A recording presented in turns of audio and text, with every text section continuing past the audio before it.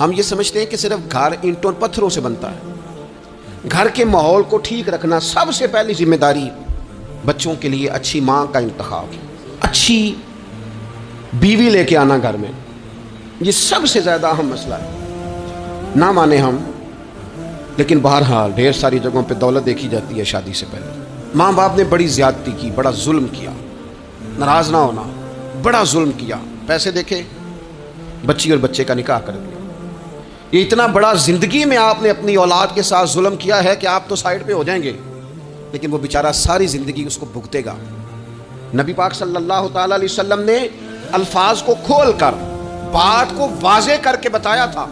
ایک تو ہوتا ہے نا کہ آپ کو کسی تشریح میں جانا پڑے، حضور نے بالکل کھول کے فرمایا کہ عورتوں سے محض ان کی خوبصورتی کی وجہ سے شادی نہ کرنا، اس لیے کہ خوبصورتی ان کو ہلاکت میں ڈال دے گی، اور فرمایا محض ان کے مال کی وجہ سے شادی نہ کرنا، مال ان کو سرکش بنا دے گا۔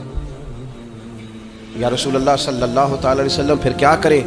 تو محبوب فرمانے لگے ان کی دینداری کی وجہ سے ان سے شادی کرنا۔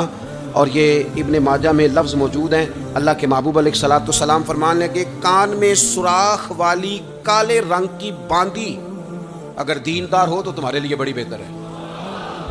باندی ہو، رنگ سیاہ ہو، کان میں سوراخ، اس سے نکاح کر لینا، شرط یہ ہے کہ دیندار ہو۔ بہت اثرات ہیں ماں کے، لہذا اس انتخاب کے اندر باریکی کا مزاج پیدا کریں اگر اپنے گھر کا ماحول ٹھیک رکھنا چاہتے ہیں۔ اور اگر ماحول ٹھیک نہیں ہے تو پھر آپ کروڑوں روپیہ لے آئیں، جس کے بچے ہی ناکام ہو گئے اس کے پیسے کیا کریں گے؟ آپ بہت بڑا گھر بنا لیں، لیکن اگر بچے ہی ناکام ہو گئے تو آپ کی بڑی حویلی کیا کارنامہ سر انجام دیں۔ اور اسی طرح کا معاملہ مرد کے ساتھ بھی ہے۔ نبی پاک علیہ الصلوۃ والسلام نے فرمایا جب تمہیں ایسے لوگ پیغام نکاح دیں جن کا دین اور اخلاق اچھا ہو تو پھر اپنی عورتوں کا نکاح ان سے کر دو۔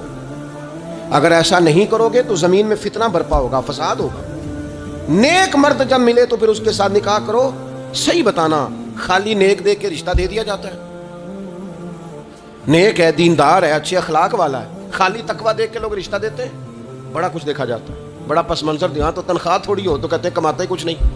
اگر تو بہو آئے تو پھر تو اس کے نصیب کا رزق ہے، اگر بیٹی نے جانا ہو تو پھر اس کے نصیب کا رزق نہیں ہوتا۔ تو جن رشتوں کی بنیاد لالچ پر رکھی جاتی ہے وہاں گھر کا ماحول درست رکھنا ممکن نہیں رہتا۔